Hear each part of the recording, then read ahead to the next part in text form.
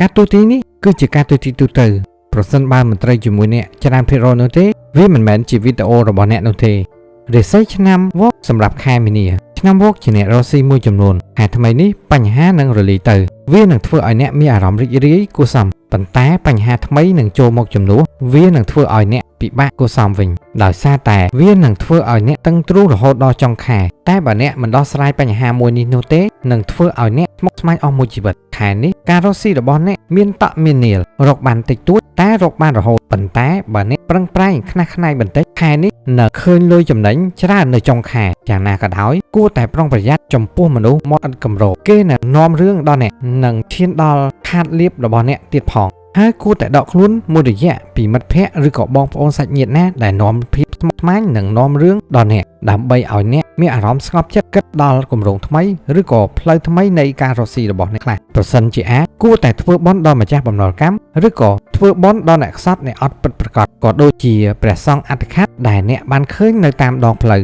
ហើយបើព្រះអង្គមានវ័យចំណាស់ទៀតនោះកាន់តែប្រសើរចំណែកឯឆ្នាំវកមួយចំនួនទៀតជីវិតរបស់អ្នកបើមិនជួបបញ្ហាក៏មិនមានបទពិសោធន៍ក្នុងការដោះស្រាយបញ្ហានាពេលអនាគតបញ្ហាដែលកើតមាននៅក្នុងជីវិតរបស់អ្នកព្រោះតែព្រហ្មលិខិតចង់ឲ្យអ្នកស្គាល់គ្រប់រសជាតិទើបអ្នកអាចពង្រីកមុខរបរនាពេលអនាគតតាមពិតទៅជីវិតរបស់អ្នកមិនធ្លាប់មានពេលស្រណោះបើមិនប្រឹងប្រែងគ្មានសំណាងណាធ្លាក់ពីលើមេឃដូចគេនោះទេទោះយ៉ាងណាចាំថាកុំអស់សង្ឃឹមកុំតូចចិត្តនឹងវាសនារបស់អ្នកកុំប្រៀបធៀបជីវិតរបស់អ្នកនឹងគេអត់ធ្មត់បន្តិចទៀតពេលវេលាល្អខិតចិត្តមកដល់ហើយប៉ុន្តែអ្នកគួរតែព្យាយាមធ្វើបុណ្យដល់ម្ចាស់បំណុលកម្មចែកទានដល់បារមីទេវតាឬក៏គ្រូវាសនាដើម្បីឲ្យជីវិតនេះទោះជាមានបញ្ហាតែក៏មានផ្លូវដោះស្រាយចូលកុំភ្លេចធ្វើបុណ្យចំពោះអ្នកខ្សត់អ្នកអត់ពិតប្រាកដធ្វើបុណ្យចំពោះព្រះសង្ឃអធិកាត់ដូនជីសប្បុរសដែលមានសិលមិនងាយនឹងប្រាសម្ដីជាស្ដីឬក៏ពេបជ្រាយឬក៏ជេរកូនចៅពេលវេលាបុណ្យមកដល់លៀបចូលផ្ទុំទូនមិនដាច់ឯឆ្នាំវកមួយចំនួនតូចទោះជាមានបញ្ហាអ្វីក៏ដោយអ្នកនឹងរួចផុត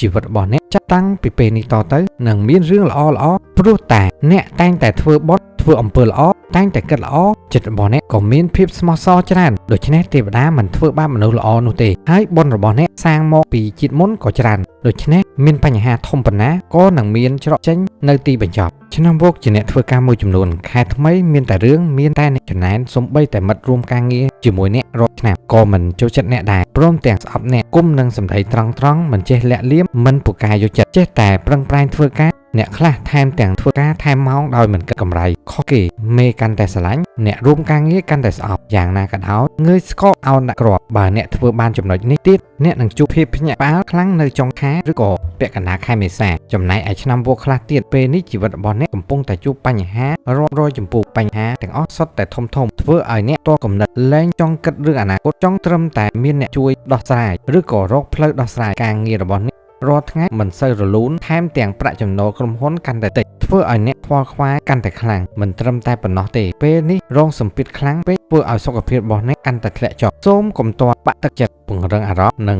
រឹងមាំបន្តជីវិតរបស់អ្នកមិនទាន់ចប់ត្រឹមនេះនោះទេមានការងារជាច្រើនទៀតដែលអ្នកត្រូវធ្វើបើសិនជាអាចគួរតែធ្វើបុណ្យដល់ម្ចាស់បំណុលកម្មចែកទានដល់អ្នកខ្សត់អ្នកអត់ពិតប្រាកដស្វែងរកតំបន់ទឹកជ្រោះណាមួយដើម្បីលេងកម្សាន្តទៅកាន់តំបន់ភ្នំឬក៏សមុទ្រមើលព្រះអាទិត្យរៀបលេងដើម្បីបន្លិចវាសនាអាក្រក់ចំណែកឯឆ្នាំវកមួយចំនួនតូចពេលនេះអ្នកកំពុងតែរីករាយជាមួយនឹងជីវិតរបស់អ្នកយ៉ាងណាក៏ដោយនៅក្នុងជីវិតរបស់អ្នកកាន់តែល្អកាន់តែស្រស់បំព្រងមានតែអ្នកជួយជ្រោមជ្រែងការងារក៏មានតែអ្នកឆ្លាញ់រាប់អានដោយសារតែអ្នកចេះយកអាសាអ្នករួមការងារមានចិត្តសន្តោសច្រើនចុងខែនេះអ្នកនឹងទទួលបានដំណឹងល្អដែលនឹងធ្វើឲ្យអ្នកចងចាំមិនភ្លេចសម្រាប់ឆ្នាំវកមានគូមួយចំនួនខែនេះមានរឿងខ្លះនឹងធ្វើឲ្យអ្នកហត់នឿយបន្តិចនាដើមខែតែពាក់កណ្ដាលខែនិងចុងខែនឹងមានរឿងល្អៗចូលមកជីវិតគូរបស់អ្នកបើទោះបីជាមិនមានអារម្មណ៍ល្អល្អឿនដូចមុនតែពេលខ្លះមានរឿងរំភើបចិត្តមួយចំនួនដែរបញ្ហាខែនេះអ្នកខ្លះអាចនឹងពាក់ព័ន្ធជាមួយនឹងប្រាក់ចំណូលចូលតិចចាយវាទៅវិញធូរដោយសារតែអ្នកជាមនុស្សដែលដៃទលាជាមួយនឹងអ្នកក្រៅស្រឡាញ់មិត្តភ័ក្តិបនភឿនជាងអ្នកនៅក្នុងផ្ទះយ៉ាងណាក៏ដោយសូមកុំ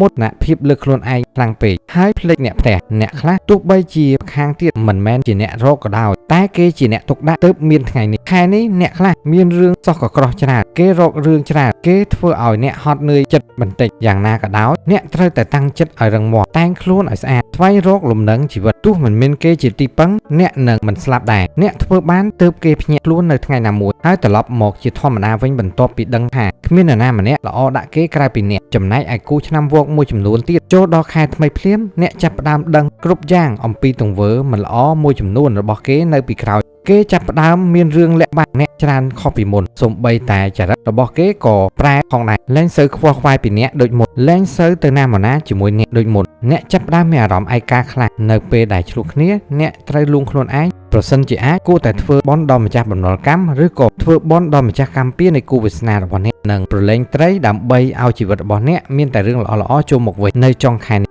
ហើយគូរបស់អ្នកនឹងល្អឡើងវិញនៅពេលដែលគេដឹងពីតម្លៃវត្តមានរបស់អ្នកនៅក្នុងជីវិតរបស់គេនៅពេលដែលគេបាត់បង់អ្វីគ្រប់យ៉ាងពេលនោះគេនឹងភ្ញាក់រលឹកត្រឡប់មកធ្វើជាមនុស្សល្អរបស់អ្នកដូចមុនឆ្នាំវោកមួយចំនួនតូចពេលនេះជីវិតស្នេហារបស់អ្នកចាប់ផ្ដើមមានរឿងល្អៗចូលមកច្រើនហើយគេក៏ចាប់ផ្ដើមដឹងពីអារម្មណ៍របស់អ្នកច្រើនជាងមុនដូចគ្នាអ្នកទាំងពីរចាប់ផ្ដើមយល់ពីចិត្តគ្នាខ្លាំងជាងមុនទោះបីជាមិនបាន 100% តែគ្រាន់តែប្រើកែភ្នែកក៏ដឹងថាអ្នកចង់មានន័យបែបណាចាប់ពីពាក់កណ្ដាលខែនេះទៅអ្នកទាំងពីរនឹងរវល់ខ្លាំងរវល់រហូតដល់មិនសូវមានពេលឲ្យគ្នាយ៉ាងណាក៏ដោយអ្នកទាំងពីរនៅតែរកពេលវេលាដើម្បីបង្កើតចំណងស្នេហាចំពោះឆ្នាំវោកនៅលេមួយចំនួនខែនេះអ្នកនឹងមានរឿងហត់នឿយច្រើនអ្នកត្រូវលួងខ្លួនឯងច្រើនអ្នកត្រូវលើកទឹកចិត្តសម្រាប់ខ្លួនឯងច្រើនជីវិតរបស់អ្នកចាប់ពីពេលដែលគេចាក់ចេញទៅមិនទាន់មាននរណាម្នាក់ដូចគេនោះទេគេបានធ្វើឲ្យអ្នកចងចាំរឿងល្អៗជាច្រើនគេតែងតែធ្វើឲ្យអ្នកនឹកឃើញរូបគេមុនគេពេលដែលជីវិតរបស់អ្នកធ្លាក់ដល់ចំណុច0ពាក្យមួយចំនួនដែលគេធ្លាប់និយាយជាមួយអ្នកនោះគឺ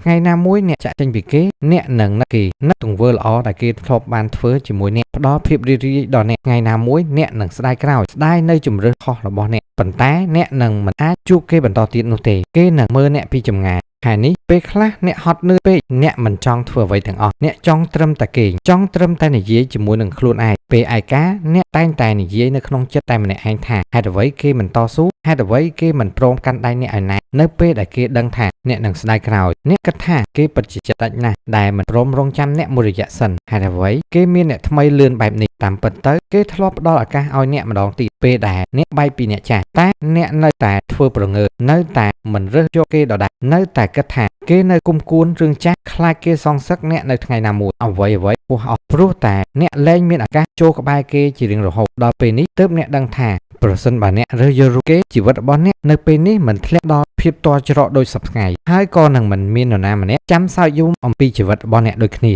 អ្នកគួរតែឈប់រំលឹករឿងចាស់ហើយចាប់ផ្ដើមជីវិតថ្មីយ៉ាងណាក៏ដោយការរងចាំជួបមនុស្សថ្មីរបស់អ្នកនឹងមិនខកបំណងនោះទេម្នាក់នេះអាចនឹងចូលមកក្នុងអំឡុងពេលដែលអ្នកពិបាកចិត្តបំផុតអស់សង្ឃឹមបំផុតពិបាករកមនុស្សទុកចិត្តបំផុតនៅពេលដែលគេចូលមករឿងល្អៗនឹងចូលមកតាមក្រោយហើយក៏ដល់ពេលដែលជីវិតរបស់អ្នកលែងទៅហត់នឿយដូចមុនអ្វីដែលអ្នកចង់បាននឹងងាយជាងមុនសូមជូនពរឆ្នាំវោកឲ្យជួបតែរឿងល្អជួបតែមនុស្សល្អនិងជោគជ័យក្នុងខែថ្មី